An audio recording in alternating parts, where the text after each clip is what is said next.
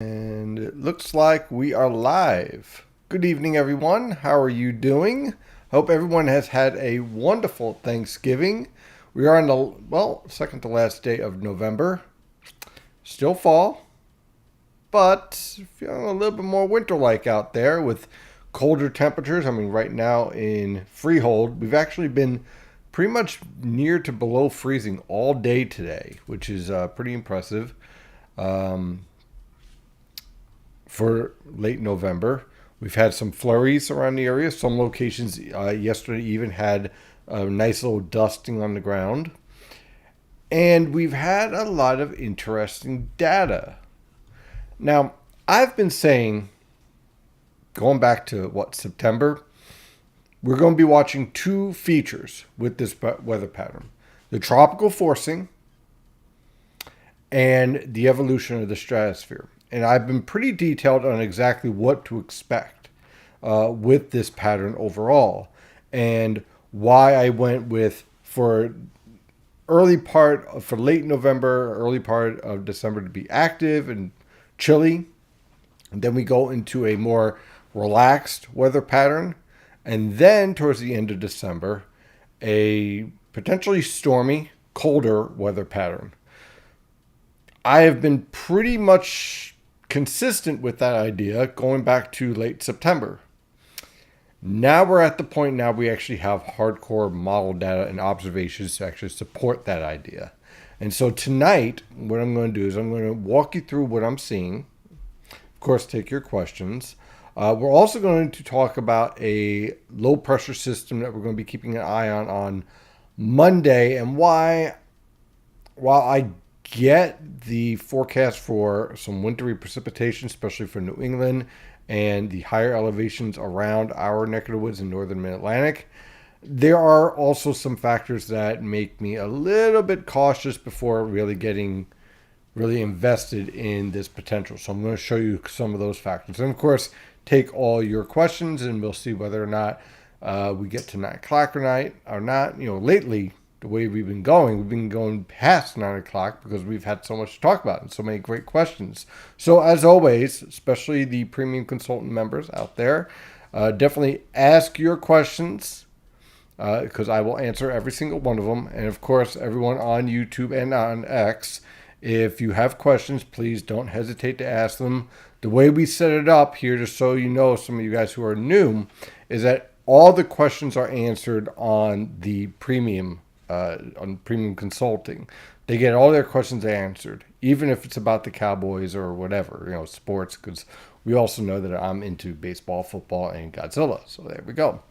And then on YouTube, I take the best question out there. So in other words, if you ask how much snow am I going to get in my backyard, I'm most likely going to skip that. So with that, let's take a look at the data, shall we? There we are. Gee. What do we have here? You know what? Let me move this up a little bit so my head isn't in the way. And look at that. If it isn't a central-based El Nino, well, who would have thought that? There are some individuals who were very upset if anyone even suggested that we shift to a central-based El Nino. So the question is, how did I know that this was going to happen? And I've been saying this again since September. The reason why is that you have to study not just the surface, but you also have to understand what's going on with the winds, the pressure, and also the subsurface. And all those other factors were saying, hey, this is going to shift towards the central base. So I was pretty confident on that idea. Then the next question is, how strong is this El Nino going to be? And as we know, this El Nino has been very unusual because our SOI values, which is the way that we study that interaction between the sea surface temperatures and the atmosphere, what that interaction is, how strong of an influence it's having, is nowhere near a strong El Nino. Look, all right, I'll give you an example. 97, 98, and 2015, 16, those El Ninos, those were bona fide strong El Ninos. And the SOI influence of that was somewhere around minus 20 to minus 30. This year is barely breaking minus 15. The average on it for the past couple of weeks has been between -6 and -12. These are weak to moderate signals, atmospheric signals, okay? So this would explain why we're seeing what we're seeing with the subtropical jet stream here, okay? Where the jet stream is strong enough to produce plenty of short waves and storms and precipitation, but not strong enough for it to overcome or overwhelm the polar jet stream. So we've seen some interactions with the polar jet stream, and we've seen some heavier precipitation from this. And the polar jet stream, like it is now, is able to transport polar and Arctic air masses. Now the only question is whether or not they'll start to line up to support interaction. So this is a pretty important observation because this pretty much locks in what we've been saying all along. So the reason why I'm going back on this is that it's not just about making the forecast, but it's also understanding how you got to that forecast and how it develops. And there are some times where you get a forecast right, but the reasons for it are wrong, okay? And it's important to understand that because if you keep on just kind of going with blinders and saying, well, the result is right, well, sooner or later you're going to run into a huge bust because the forcing mechanisms that drive that weather pattern would be different than what you thought. In this case, the driving mechanisms of the changing El Nino is pretty much what I was expecting and pretty much just worked out pretty nicely. Going forward, as you can see with the trends here at Nino 1+2, which is your eastern zone, I expect a continuation of a weakening between probably by January getting into 1.8s or 1.7s, but Nino 3, 3.4, and even 4 will continue to warm and then stabilize. So I don't see any type of sign shifting back to the east. And as far as the atmospheric influence, I don't see any indication of this becoming a strong influence. SOI in the -20s and 30s for seasonal or monthly values. There's no indication of that, and there's no reason to think that that's going to be an issue. Now, the other thing that you want to study is the MJO. Now, the MJO is it's a bit of a interesting forcing mechanism because it doesn't always act as a driver. There are two aspects to seasonal forecasting to understand, and if you understand this, then you can understand the whole pattern in which then you can understand storm development and why certain time periods are positive for storm development and why others are negative.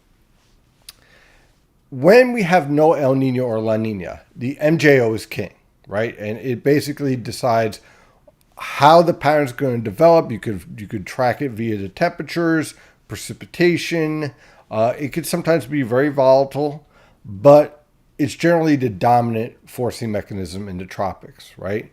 But when you have a La Nina or El Nino, it moves more back into the background. And what it really is more of a signal of the characteristics of the end zone event. So in this case with El Nino, when you are in phases 7, 8, 1, and 2, those are stormier and colder phases during the El Nino period. And when you're in phases 3, 4, 5, and 6, that tends to be warmer and more progressive. So when you have an MJO moving into phase 3, that's when I don't really look for a lot of potential for winter storms. And you really, really need to thread the needle, so to speak, to get a storm set up. So we are in phase 2 right now, and we're heading eventually into phase 3. One thing that I found very interesting, and I'm waiting to see all the other models update over the next couple of days, is the observations have shifted more towards a slow progression in phase 2. See, this was supposed to just kind of rocket right into phase 3 and 4, which would lead to a mild weather pattern for much of the eastern United States. You get a nice little ridge try to pop up around the southeast, around Florida. You get a little bit more troughing in the Pacific Northwest and a progressive weather pattern over much of the United States. So it's more of a very fast-moving pattern with a Pacific air mass dominating much of the country. And so a lot of people, when they saw this, they were thinking torch. Some people were very, very aggressive about that. Like I said earlier, I can understand why they were looking at that. When you look at some of the model guides, especially like the CFS or the BOMA or even some European guidance, but not many, that was suggesting a very strong drive into phase 3 and 4, somewhere in this neck of the woods. Okay, so again, the further out you are in these squares, the stronger the signal is. So like out here, there's like a moderate strength, and then down here is weak, and then in this circle is neutral, right? So that's kind of like your strength, your wavelength. Okay, so what should have happened in the forecast, especially even in the European guidance, all of them, was that this is just supposed to rocket right into phase 3 and then gradually weaken or try to march its way across into phase 6. What we're seeing, though, in the observations, though, is the MJO kind of getting stuck in phase 2, which is a stormier, colder weather pattern signal. So the next observation that we're going to see, probably we'll see tomorrow morning, which I'll be very interested in, is whether or not we jump into phase 3 directly or if we just go into a neutral state with this El Nino. So what does this mean with our weather pattern? Okay, so I'm throwing out the torch idea. Okay, you might get one warm day, with the low pressure systems, but this isn't anything that is sustained. This looks more to me, based on the tropical forcing, more like a transient weather pattern. And I said this before, where we get cold shots and warm shots, just moving very quickly, kind of averaging out to near normal, but nothing that is impressively warm or impressively cold. Just kind of meandering about as far as the temperature regime. As far as storm regime, again, I still like the idea of this being progressive, especially the way that the Pacific is lined up. Okay, so in the long run, when we look at this data and look at the long range data on this, this would suggest to me that we have a very weak phase 3, go in neutral state, and then it's taking a beeline right towards phase 8 towards the end of the month of December. And we all know what that means. Stormy, active weather pattern. But, of course, there's another factor as well to consider. Stratospheric warming, or the potential for some. We have been talking for months, weeks, months, some people years, about the influence of stratospheric warming. And what we're seeing right here now is starting that development, kind of bubbling up, right? It's starting to develop, right? Now, what we've been watching is the EP flux and how that's influencing the weather pattern. We know that it's starting to get stronger and stronger. And we know that we're starting to see more and more high latitude blocking, which in part is due to the negative QBO we've been talking about. Remember, the QBO is the nature of the winds in the stratosphere around the equator, around 30 millibars and 50 millibars. When it's west, it's harder to get high latitude blocking. When it's east, it's more favorable and a higher potential for major stratospheric warming events. So let's place this together. Okay, we have an El Nino that is acting unusual. You have a lot of water vapor in the stratosphere, so that's probably playing some part in mass displacement. You're getting a lot of your forcing around the dateline. This leads to more disruption as you head up towards the higher latitudes in the troposphere and stratosphere. We've been seeing a lot of blocking taking place over the northern Atlantic and parts of Scandinavia, and model guidance is suggesting that's even more. And now we're starting to see here warming starting to build over portions of northern Asia. Look at the connection of this transport here. Look at this build. Look at this bubbling up. It's almost like watching a gas pocket going up from the bottom of the water to the upper portions of the water. That's beautiful. Look at this evolution. Now, you take this and then you start looking at the guidance.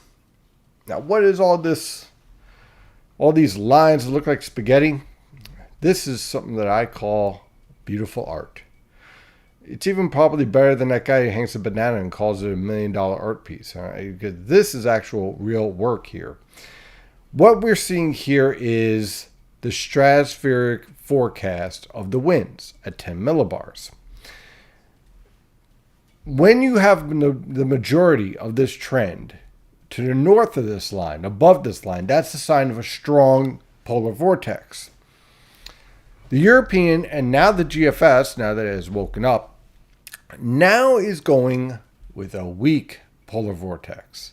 But even more interesting is that the European guidance and now some members of the GFS guidance is going stronger or going with more and more support for a complete reversal of the winds in the stratosphere at 10 millibars. Now, why is that important, Stephen? Who cares? It's the winds at 10 millibars. Well, when you get the winds flipping like this, okay, going into a negative, right, easterly, right, this sets up a major stratospheric warming event. This signal right here would suggest a stretched polar vortex. And you can read up more about this if you check out Judah Cohen on X or just Google Dr. Judah Cohen. He does an amazing job detailing the stratospheric influences and some of his thoughts on how the stratosphere works. And he does a lot of great research. So I would definitely make sure you follow him as he provides some great analysis on what's going on with the polar vortex. But we pretty much are in agreement on the evolution of this. I'm a little bit more gung-ho on this being a major stratospheric warming event coming up for the end of December. And the reason why is because this lines up so perfectly with all of the other factors. It lines up with the way that we're getting a tropical forcing. It lines up with the QBO state. It lines up with the continuation of a negative NAO as we march through November. It lines up.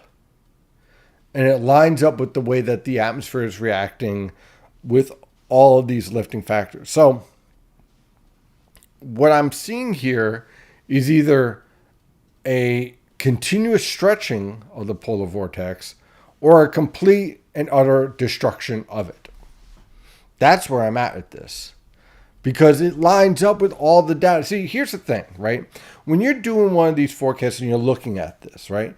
You don't want to say, well, the model does this and therefore we're going to copy paste and that's what it's going to be. That's easy. Anybody can do it. A monkey could do that. It's not that big of a deal. The issue, the key factor you want to look for is, do the observations line up with the model guidance? Does it make sense? And this is why it's important to understand the mathematical equations and all the different laws that go into making a forecast. So you look at the observational current state right now, and then you look at the model guidance, and you look at what's evolving here, and you ask yourself this one question. Based on where we are right now, what is the obvious direction that we should be going? And the reason why we're seeing these models shifting like they are is not because model trends. It's because the models are ingesting more and more observational data, and they're all pointing to this direction. So that's why you're seeing, when you start to see models trend, it's not that, oh, well, the model is making the weather. No, it's because the model, unless it got bad data, which is always possible, which is why you always want to compare the observations to the model data and see what might be making a mistake. But overall, when you see a change in the model guidance, what you're seeing is a reflection of the data that's being put into the model. Data in, solution out. Bad data in, bad solution out. Good data in, good solution out. It's as simple as that. It's really not any more complicated than that. So this doesn't surprise me based on everything that we're seeing. And so when we're studying this and we're looking at this, what I say to myself is that this makes sense based on everything else that we have. When you look at all the other factors, this is a natural solution. Now, if we were in a positive QBO, I would be far more hesitant to buy it because it doesn't jive with the rest of the atmospheric setup here. But because we have a negative QBO, this makes perfect sense. So this lines up pretty nicely. This warming develops. It causes a stretching of the polar vortex. And then after it stretches, as that warming continues to mature and develop, and we start getting a block setting up over portions of Greenland, and this goes off into Scandinavia. Ladies and gentlemen, by the time we get to the middle of December, we have all the factors and all the keys together to support a major stratospheric warming event, a significant disruption of the polar vortex, and a pattern locking in to support a pretty robust negative NAO pattern. Now the question is, can we get the Pacific? Well, through the middle of December, I'm going to walk you through this. Again, remember, we have the tropical forcing that we have to work through, right? So we have to get through phase 3, get into a neutral state, and get to phase 8 and 1. That's going to take you to about the middle of December. So what you end up with here is a very progressive weather pattern, okay? We don't really lock in. We have potential, but it's all thread the needle type stuff. It's all like, well, you know, if the clipper catches up with the storm that is developing in the subtropical jet stream and the cold air gets in just in time, we could get some snow. That type of scenario in which you're basically racing the cold air with the moisture because you don't have the proper blocking because the Pacific is kicking everything out. Good coffee. So with that, when you look at a snow solution in the model guidance as we go through the next 10, 15 days, be very skeptical because what you need in this pattern is perfect timing to set up the storm. And the problem isn't the negative NAO or the blocking in the Atlantic. The problem is the progressive nature in the Pacific. What you want, if you're a snow lover, what you want to see is an upper level low get locked in here, not this zonal. This is typical of phase 3 of the NJO. Very typical. But if we get into phase 7 and 8 and 1, then we're going to see the upper level low. We'll see the ridge build here rather than being pushed east. And then you get some very interesting weather playing out. And the GFS is trying to play this game as well. Notice the end of the GFS here, of course, is a 300 plus hour, so you never take anything verbatim. But I do like this signal here in terms of trying to cause heights to fall. Keeps your upper level low here and starts to hint at above normal heights over towards northern Greenland. So this signal is something to watch. And this is kind of when we see the pattern start to shift, what you're going to see is either a deep trough or an upper level low start to get its act together around the Aleutians. And when you see that, game on. Simple as that. That's basically what we're playing with here. Now, as far as the weather pattern over the next couple of days, the chilly weather conditions are on their way out as we have, again, perfect example of a phase 3 influence here with a ridge trying to build over the southeast, and you're getting this westerly wind here setting up. So what you have here is your start of warm air transport. So we had 2 days of cold weather, and now we're starting to drive that out. And take a look at the pattern overall. Here is our polar vortex again. This is again another signal, observational signal of the potential stratospheric warming event starting to build here. When this starts to really get stretched and you're really starting to see it now, then we're going to start to see this whole process play out. Let me pull up 250 millibars here and swing over here. In our jet stream, this should give you an idea of what we're dealing with. See, actually, you know what? Let me go here to the Pacific, okay?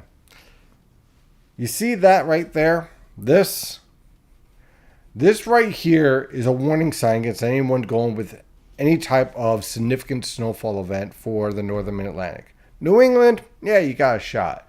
But this signal right here just says got a lot of energy, a lot of moisture on the way, a pretty good atmospheric river, as I like to call it, heading towards the Pacific Northwest. In this signal here, you got this upper level low ready to lift north, this just driving across the Pacific. These are all signals that would argue against any type of significant winter storm over the next 10, 15 days. Again, you want to go up to the Green and White Mountains, better shot there. So when I see this, and I see this with the water vapor satellite picture, and I see this whole pattern evolving here, everything says to me progressive, fast moving. Nothing's going to be able to linger very long. And so then you ask yourself, well then, how does the European guidance on Sunday night into Monday produce this signal? And I give you what's called the inverted trough. You see this signal right here? This right here allows for the moisture to hang back. I like the idea of cold air invading, but the question is whether or not we get this moisture to hang back here. Well, how do we get there? Well, let's take a look at 500 millibars. At that same time period, you got this weak upper level low, and then you have your intensifying trough here with a negative tilt, okay? And you can see how this is kind of stretching the atmosphere, creating a deformation zone, okay? The key to this forecast and the operational guidance is this feature right here. If this is much weaker and all you have is this trough here, then you don't have that pulling in the atmosphere. You don't have that stretching. And so what you just have here is an intensifying storm with a nice precipitation shield over New England rapidly exiting. So you don't get the moisture to build back here to produce that type of snowfall event. And maybe about 10% of the ensemble guidance really supports this current solution. So right now, I like the idea of wintry mix for now, and then we'll see what to deal with as far as the higher elevations. The coastal plain is just rain at this point. Maybe you might see a mix at the end because of cold air coming in. But if you don't have that inverted trough and that stretching in the atmosphere, then you don't have the moisture to hang back. Because basically what you have here is still a progressive pattern overall. So what this trough does, what this signal does here, is basically prolong the precipitation event by about 6 to 8 hours.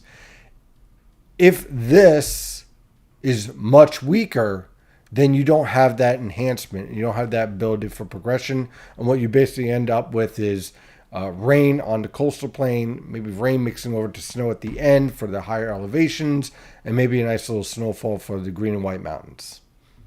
So we'll keep an eye on this and see how that plays out. But that is essentially how you get this signal here. And notice in the guidance how this precipitation is very heavy here around the Catskills and northwestern Connecticut and around the Capital District. That's all because of that strong lifting motion, that ascent motion, which cools the atmosphere while at the same time transporting moisture in from the Atlantic.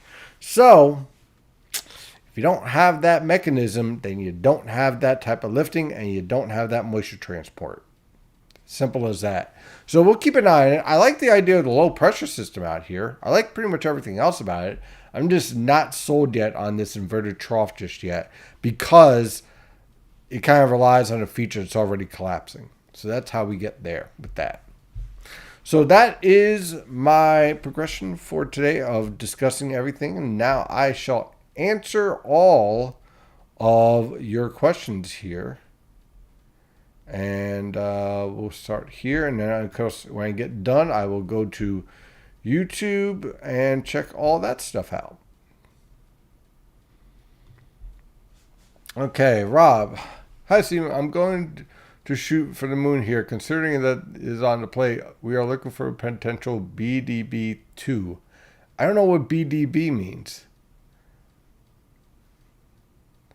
I don't know. Rob, let me know what BDB means. I got too many acronyms to deal with already as it is. There was sound and vision. That's good. Thanksgiving was nice. Yes, it was. It was very nice. Let's get this winter storm party started. I think Snow Boss, I think you're going to be happy this year. I really do. At the very least, you're going to be busy tracking. That is for sure. The jet streak from the Arabian Peninsula to the edge of the U.S. West Coast has my attention. Is that a reflection of Phase 3 MJO? It's part of the reflection. Not exactly, because we're not in a full Phase 3 yet, but it's part of the entire circulation with what's going on with El Nino more than with Phase 3 MJO. But it's kind of influencing the driving factor of it. Let's see here. Definitely need a redemption winter this year. Well, I mean, I think everyone does. I'm hearing Lennox's. I'm hearing some buzz about potential clipper systems from Canada next week. Any chance one of those could bring snow to New Jersey region, or is it too early to speculate on that? You know, the problem with these clipper low pressure systems, again, the same issue with any of these other features, is that you need perfect timing to really set them up. And I really don't like this pattern based on what we're seeing in the Pacific. Could you see some snow showers out of some of these clippers? Absolutely. I like the idea more of a strong cold front moving through, and then we get some lake effect snow and some snow showers. But once we get the pattern slowed down in the Pacific, I could certainly see a clipper dropping in and creating all sorts of havoc this year, especially if it interacts with the subtropical jet stream. So that's definitely something that I'm going to be keeping an eye on. But nothing really stands out to me right now over the next 10 days or so. New England, a New Year's Eve storm might be fun. Hey, look, we stay in for New Year's Eve, so I wouldn't mind. You know, I mean, as long as I have my little hot dogs ready, and I'm good. Pigs in the blanket for honey. Pigs in the blanket, absolutely. Earth News School shows some stretching at 10 millibars. Yes, we do. Though it is still strong. Yep. 70 millibars is about double low with a core low in the Arctic, near the center of Siberia, and a large circulation that stretches down into the mid-latitudes. Well, we're starting to see that change in the polar vortex starting to take place. This is not going to be a rapid response. This is why it's going to take about 2-3 weeks to really get going here. But when it does, I think it's going to be pretty impressive. What does Friday night look like? Scattered showers, but nothing too impressive. At most maybe about a quarter to a third of an inch of rain, but nothing that's going to impact the travel or anything. Snow Boss asks, I have to say the air this year feels colder. Definitely is more aggressive. The polar air masses have been deeper than what I expected back in the early fall. When I was looking at this pattern, they're definitely deeper and stronger this year than what I was expecting. But it never felt cold. It always felt warm. Oh, last year always felt warm. The last few days, the air has actually felt cold. I mean, it's only lower 30s in eastern PA, which we only had like 2 days last season. And the high was even that cold. Everything just feels colder this season. Yeah, it definitely does. I mean, I definitely can understand that observation, especially after the past winter that we had where it was really lackluster. So comparatively to what we're seeing this year, absolutely. Sunday had a perfect example of how ocean temps impact temperatures in Atlantic City. It was a lot warmer than inland driving up the Parkway. Oh, Boxer Day blizzard. Ah, yes. God, I remember that storm. That was a fun storm. I remember it was Christmas Eve, and I'm telling all my family, like, look, Christmas Day, I think you guys should like go home and prepare for this storm. And everyone else in my family were basically like, you see, when there's nothing on the news, what are you talking about? It's going to just be a few flurries, no big deal. I'm like, I'm telling you, this is going to be a bad blizzard. Of course, what happens? No one listens to me, and then it gets stuck on the road. What do you know? But that was a storm where you needed to know how to use the water vapor satellite picture to pick out the model error to say, hey, something is wrong here. And then the models all made adjustments. That was a heck of a storm. Could we see I don't think we'll see the model error involved in that. Hopefully not. Because what happened was because we were missing observations in the Arctic and missing observations around that Arctic shortwave, which caused a lot of issues with the model guidance. Potential for a storm? I would say I wouldn't. I'm going to get myself in trouble here. That time period is going to be, I think, our first time period of optimal winter storm potential. I don't know whether we'll actually get a storm, but if I'm pinpointing my first potential period, around that time period would be it. How long would it take for the ground to freeze? Usually what happens is that you have to wait towards the end of December for the entire region to see that. We're certainly on the way with the temperatures we've been seeing.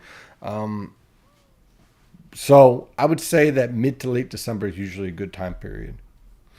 All right, let's see what we got on YouTube here. There's an interesting one sitting on YouTube. All right, let's see here. Enjoy to see you. Hope all is well. Good evening, everyone. As always, does an NAO in December foreshadow a stronger NAO pattern for the rest of winter? There's some research actually focused on the interactions in November. Well, actually, let me go back. October.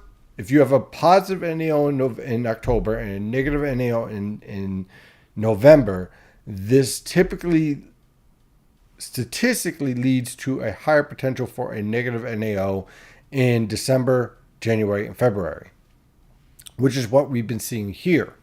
Now, this statistical anomaly is developed by the fact of the mechanisms that would drive that weather pattern and the way that the air masses from the troposphere to the stratosphere are transported. So it would make sense based on what would cause a positive NAO in October and a negative NAO predominantly in November would translate into a negative NAO for December, January, and February. Caveat here is that it doesn't mean it has to be sustained. It's just a higher potential of it happening more frequently. So yes, there's definitely some research into that.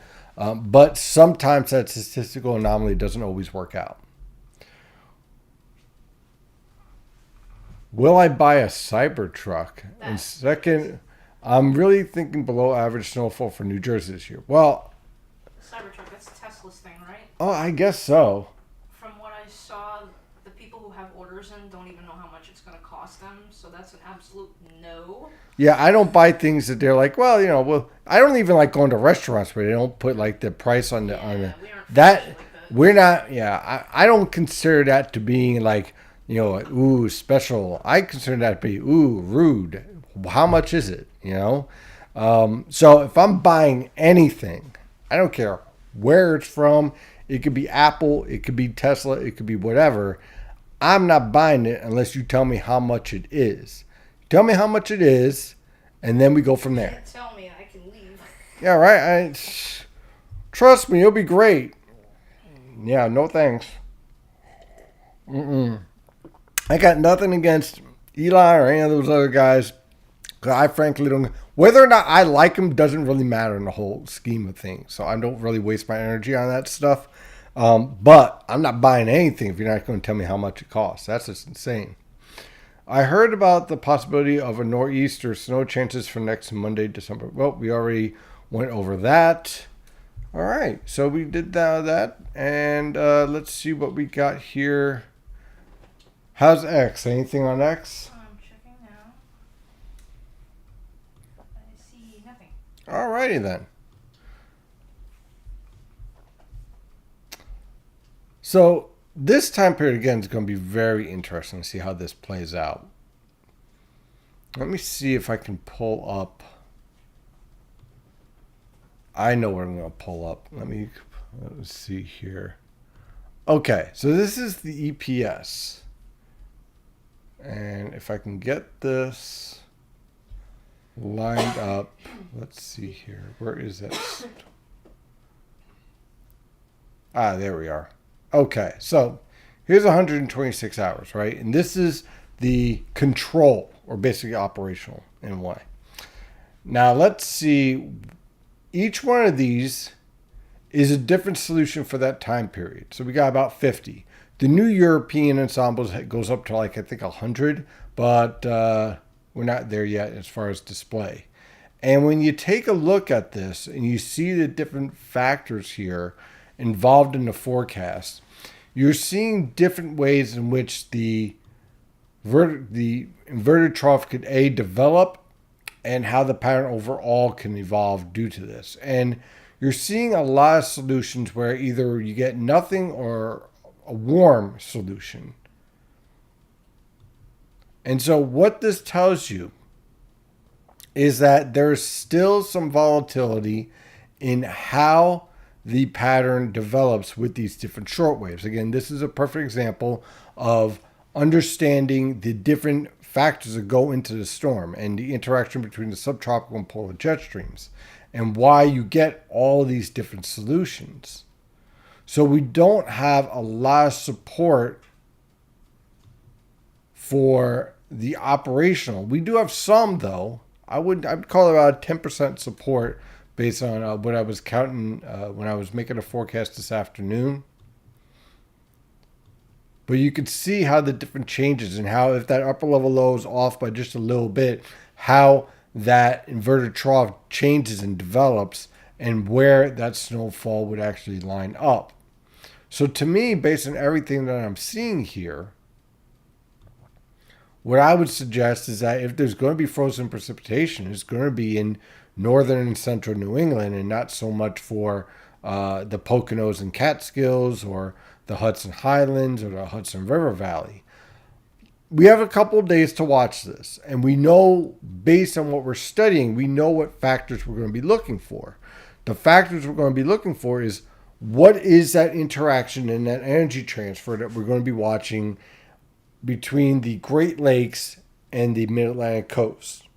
So in that zone, the faster we see that transition towards the coast, the less likely we're going to see an inverted trough. But if it takes too long, you end up with a warmer solution anyway, because the primary low would remain over the eastern Great Lakes. So it's a matter of literally perfect timing occurring with a perfect setup in the way that the structure of the storm sets up. And because of that, you end up with all these different types of solutions. See, and that's how you get all these different looks. Now, see, this one looks like the operational, maybe even a little bit colder. So you can see how this all plays out. Okay, so it's not a easy forecast to say the least.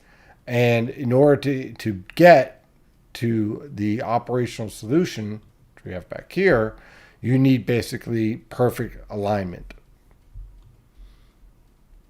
And all right, we got some more questions here. When will the EPO go negative? I'm noticing the GFS and European ensembles on their latest run seem to be showing a loading pattern developing in northwestern Canada around days 13 to 15 for a delivery of Arctic air into the U.S. Seems to coincide with the MJO progression into a colder storm phases, as well as weakening disruption of the polar vortex. Well, all of this is coming together. Okay, so when you get this major stratospheric warming set up, you start to set up that transport of Arctic air around Siberia and northern Alaska to pull and eventually get transported towards North America. When you get a stretched polar vortex, like what we're seeing in the model guidance here, it usually leads to a pretty cold weather pattern for the eastern United States, especially from, let's say, the Mississippi River Valley on eastward. With that, you get the MJO moving into phase 7 and 8 around the end of the month. It lines up perfectly. And that's why I've been saying for several weeks now, hey, look, watch out for the end of December. Now we have observations that now support that timing. And the one thing I would say so far with the seasonal forecast is that the timing of this pattern compared to the forecast so far has been pretty much in lockstep.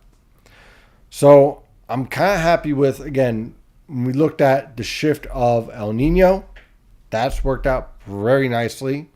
The evolution of the QBO and the transport of warmer air from the troposphere to the stratosphere via the EP flux, that started to work out pretty nicely. Everything's pretty much falling into correct dominoes. And so the process of major stratospheric warming around Alaska and Canada sets up at the surface the building of polar and Arctic air masses because you start to get rising heights. So this all leads to and combines to the potential for a pretty good Arctic air mass dropping southward towards eastern North America. Yes, towards the eastern coast of the United States by the end of the year. It's all pretty much lining up as expected. Could that mean a cold and stormy pattern for the third and fourth week of December? Yeah, that's pretty much what I'm saying. I'm not guaranteeing winter storms, but I am saying that the pattern's going to be far more favorable. I don't ever want to guarantee winter storms that far out because there's still so many factors. Even if you have a favorable pattern, if the short waves are aligned or just off by a little bit, and you're talking about 5 to 10 miles, that could make or break whether or not you get a winter storm or not. So I can't guarantee that. I'm not that good. But I can say that the pattern itself will be a lot more favorable.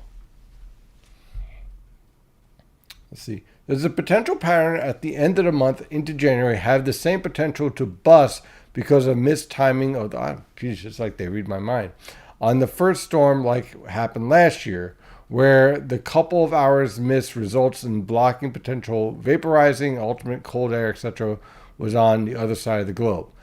In terms of the location of the polar and Arctic air masses, that won't be a concern this year. The question really comes down to how well do the polar and subtropical short waves interact? How do they phase?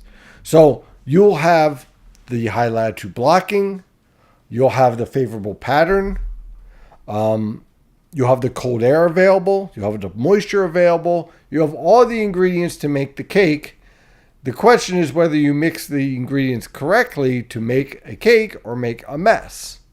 You know, you could have all the ingredients in the world. You could have a great oven, but if you threw the flour in and then you forgot to mix the eggs, or you mixed the eggs at the wrong time and you mixed it together the wrong way, then you don't get a very good cake. So all the factors have to fall into line. And this is true no matter what winter you're talking about. But based on what I'm seeing here, there's certainly some very good combinations working out here. Unlike last year was a problem with the way that the polar vortex set up. It set up everything towards China and basically Europe.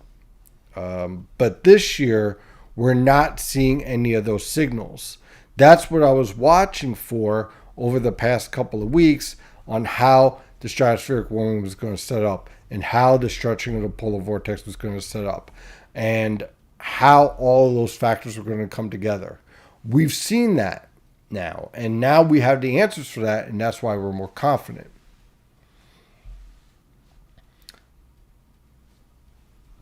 Great, of course, we also have La Nina last year. This year we have El Nino. Last year we had a positive QBO. This year we have a negative QBO. So there's a lot of different factors compared to last year to consider. Okay. So it looks like YouTube has one very enthusiastic individual talking about winter storms. That's okay. Hey, look, I can understand. The one thing I never want to do is bash anyone for being excited about a winter storm. Because, heck, when I was a kid, I didn't have any of this access. The most I had as a kid, I didn't have the internet. I had the Weather Channel, which I drove my parents insane. It's like there's something wrong with this kid. He's watching the Weather Channel. He isn't trying to watch Cinemax. He isn't trying to watch HBO. He isn't asking, to watch sports all day. No, he's watching the Weather Channel at 11:30 at night. What is wrong with this kid? And so I get it. Or the biggest thing I had was the weather radio. Oh my God. When I got that as a Christmas present, it was like heaven, like, oh, I can listen to the forecast anytime I want. I just have to hit this button. So I get it. I certainly do. Weird kids. Yeah, I mean, let's see. I did a lot of weird stuff as a kid with winter storms. I mean, the biggest thing was during the middle of the storms, I'd open up the garage and just sit outside and watch the snow. And my mom's like, you could shovel that too if you want. I'm like, yeah, but I'm enjoying the snow. YouTube. I will. Let's see. Still talk of a WWB that will affect this El Nino. Any thoughts on this and possible effects? A WWB? Ah, man.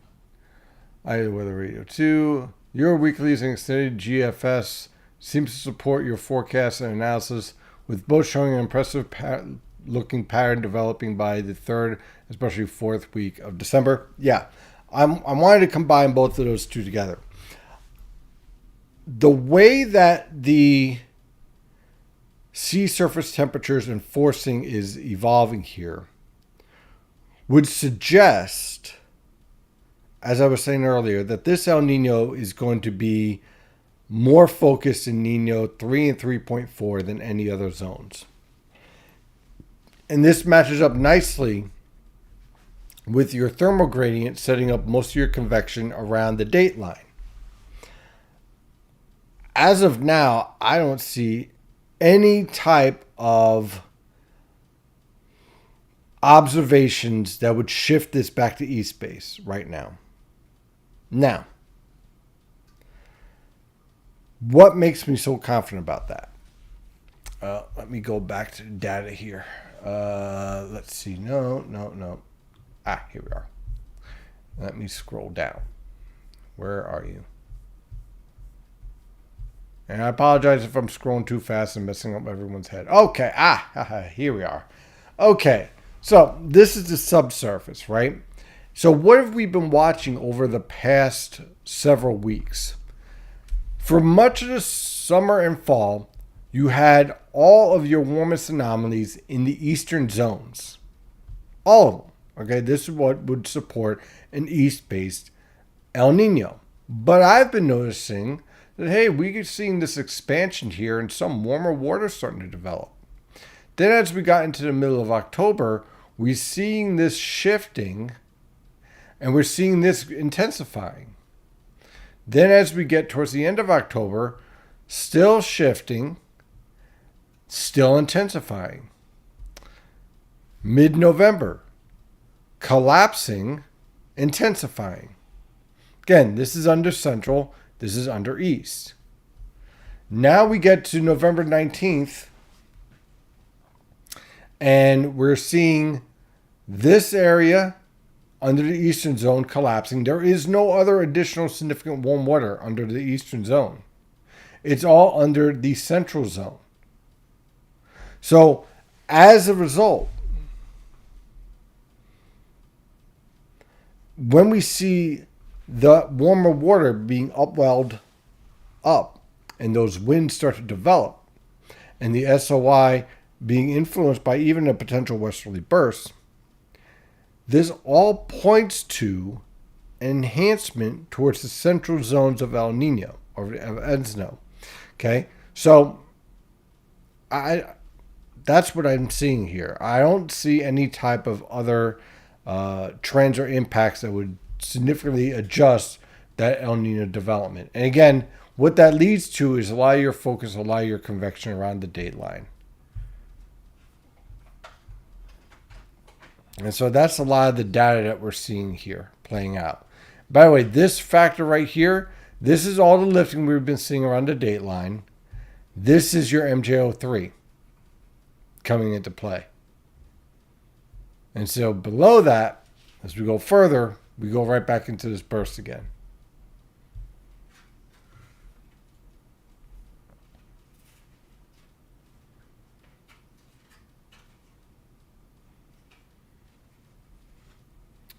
Let's see here. Oh man, it's good to see other people doing forecasting. Well, what do you mean snow? All right, here's the thing this is right. I'm on YouTube and I'm checking out this comment. Here's the thing: when you're creating a forecast and you're saying and you're using a mind, and I'm assuming you're a young forecaster, so I want you to think about this. This isn't to being critical of you, but I want you to think about this. In your forecast idea, why is European and Canadian correct? That's what you have to ask yourself. What I find is that a lot of individuals, they tend to look at the model, and they sometimes they find an agreement with model guidance and they go with that model. But what you really want to do is say, what are the physical properties that are most likely in this scenario? And does it work out? And what are the factors that would negate this scenario? See, what you're doing then is finding all the ways to basically have this forecast fail. And when you find those solutions and you find that understanding, then you can take a look at the whole pattern overall. And then you can create that forecast and possibly find the error involved in that forecast. And sometimes what you want to do is not just say European or Canadian or even GFS, but sometimes it's a little piece of the GFS, a little piece of the Canadian here. I like this idea at 850 millibars. I like this idea at 500 millibars from the European guidance. Hey, the NAM guidance does a really good job at this convection here. We're going to throw that in. And then you take all those factors together and you create a forecast idea. So I like to show the European a lot. And the reason why is because A lot of people don't have access to it. And B, quite frankly, it's one of the most accurate models out there. Okay. So I like to use it as an example to explain. But even tonight, I showed you the European and I said, okay, here's what's showing. Here's what I think could go wrong here. And this is why I made some adjustments in the forecast. If you just go straight European, you're talking about a significant snowfall in northern Connecticut and the Hudson River Valley and maybe even northern New Jersey. But if you take the factors involved here in the forecast and say, okay, look at the way that this pattern is set up that we have and what would be needed to create that solution, hey, let's back off on this snowfall idea. We'll just go wintry mix so that way we have enough time to pivot either way based on more data that we get. But with the understanding and me explaining to you as a person reading the forecast, all the factors that can go wrong. You see, then your forecast isn't based on model A or B or C, but now it's based on your own ideas based on what you're seeing with all the guidance. And then it doesn't matter whether the models change or not. What matters is the observations. So then when you do that, then you're less likely to chase models and quote unquote trends. That's how you want to go about doing it. Over under 35 inches in Philly for the season. Oh boy, that's a tough one. I'm going to go over. I'm going to go over because Philadelphia, well, all right, that's tough. Are we doing the airport? Because I could certainly see portions of Philadelphia via some convective banding have some pretty interesting storms. So yeah, I'm going to go over, but we'll see how it works out. This new graph AI model has been scoring higher than both European and GFS so far, according to Ryan Mal. Yeah, I've been paying attention to that. The AI is very interesting. Now, The thing with the AI that I find that I'm going to find very, very interesting to see how it plays out is when the pattern gets more chaotic and you have a lot of these short waves. I'm not surprised that it beat both models. Right now, if you put in enough observations, again, good model data in, great model solutions.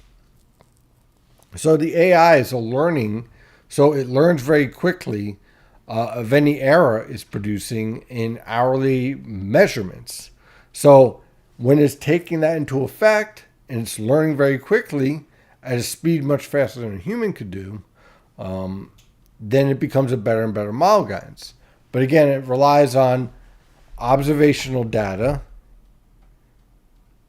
So when there's a hole in that data, what does the model do? That is what's going to be very interesting to watch. But when you have all the model data and everything in there, all the observations, that doesn't surprise me one bit based on the computing power. But we'll see how it plays out. It's got a long way to go. And with that, it is currently 9 o'clock. And I am going to get some rest. So, it has been a wonderful night. We've gone over a lot of different themes here for this year, for this month. And this winter certainly is looking interesting. Certainly better than the past couple of winters, that is for sure. Much better observations. So we'll see how it plays out. Again, I just want to thank everyone for joining. I really appreciate it. And we'll have another live chat again next week. And of course, videos and updates tomorrow morning as well. So again, I just want to thank you all for joining. And as always, stay safe out there.